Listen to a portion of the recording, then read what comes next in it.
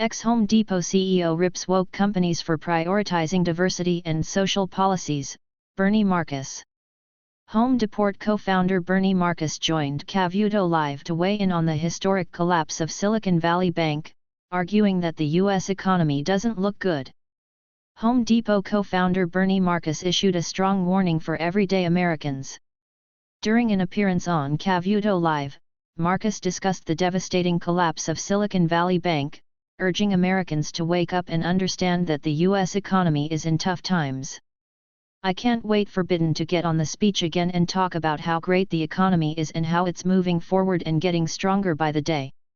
And this is an indication that whatever he says is not true. And maybe the American people will finally wake up and understand that we're living in very tough times, that, in fact, that a recession may have already started. Who knows? But it doesn't look good," Marcus argued, Saturday. Tucker Carlson, Silicon Valley Bank has gone completely under, and the Biden admin doesn't seem to care. Home Depot CEO Bernie Marcus poses for a portrait in a Home Depot store October 15, 1998. During an appearance on Cavuto Live, Marcus said that the historic collapse of Silicon Valley Bank is depressing. Home Depot CEO Bernie Marcus poses for a portrait in a Home Depot store October 15, 1998. During an appearance on Cavuto Live, Marcus said that the historic collapse of Silicon Valley Bank is depressing. "I feel bad for all of these people that lost all their money in this woke bank. You know, it was more distressing to hear that the bank officials sold off their stock before this happened. It's depressing to me. Who knows whether the Justice Department would go after them? They're a woke company, so I guess not. And they'll probably get away with it," he said to host Neil Cavuto. "It's pathetic that so many people lost money that won't get it back." Home Depot co-founder Bernie Marcus.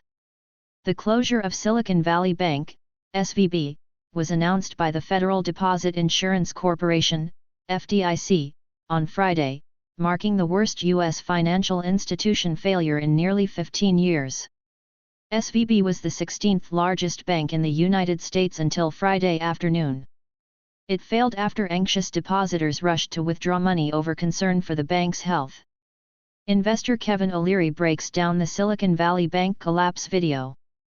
Marcus attributed the historic downfall to the Biden administration and its persistent push for banks to prioritize global warming over shareholder returns. "People are struggling. People can't pay their bills, they can't fill their tanks with gas." Home Depot co-founder Bernie Marcus. "I think that the system, that the administration has pushed many of these banks into being more concerned about global warming than they do about shareholder return. And these banks are badly run because everybody is focused on diversity and all of the woke issues and not concentrating on the one thing they should, which is shareholder returns," Marcus continued. "Instead of protecting the shareholders and their employees, they are more concerned about the social policies. And I think it's probably a badly run bank. They've been there for a lot of years.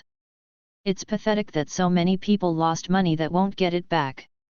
A customer stands outside of a shuttered Silicon Valley Bank, SVB, headquarters on March 10, 2023 in Santa Clara, California. Silicon Valley Bank was shut down on Friday morning by California regulators and was put in control of the U.S. Federal Deposit Insurance Corporation. A customer stands outside of a shuttered Silicon Valley Bank, SVB, headquarters on March 10, 2023 in Santa Clara, California. Silicon Valley Bank was shut down on Friday morning by California regulators and was put in control of the U.S. Federal Deposit Insurance Corporation. The former CEO concluded by issuing a grim economic warning to consumers, arguing that the Biden administration is obtuse to the problems that plague everyday Americans. "The Fed keeps raising rates and inflation keeps going in the wrong direction. It's not staying where it should be. People are struggling. People can't pay their bills. They can't fill their tanks with gas. And if you think that's a good sign, I don't think it is. And we have an administration that's obtuse to this. They just keep talking about the great times and how good it is. It's not good," Marcus concluded. Somebody with a sane head has to come in and understand that you can't do two things. Number 1, you can't keep raising rates. You can't keep inflation as strong as it is. And you can't tax people more than they are. Biden's proposal to tax the middle class and the rich is about as dumb as I've heard it a long time. In a recession like this, you don't do things like that.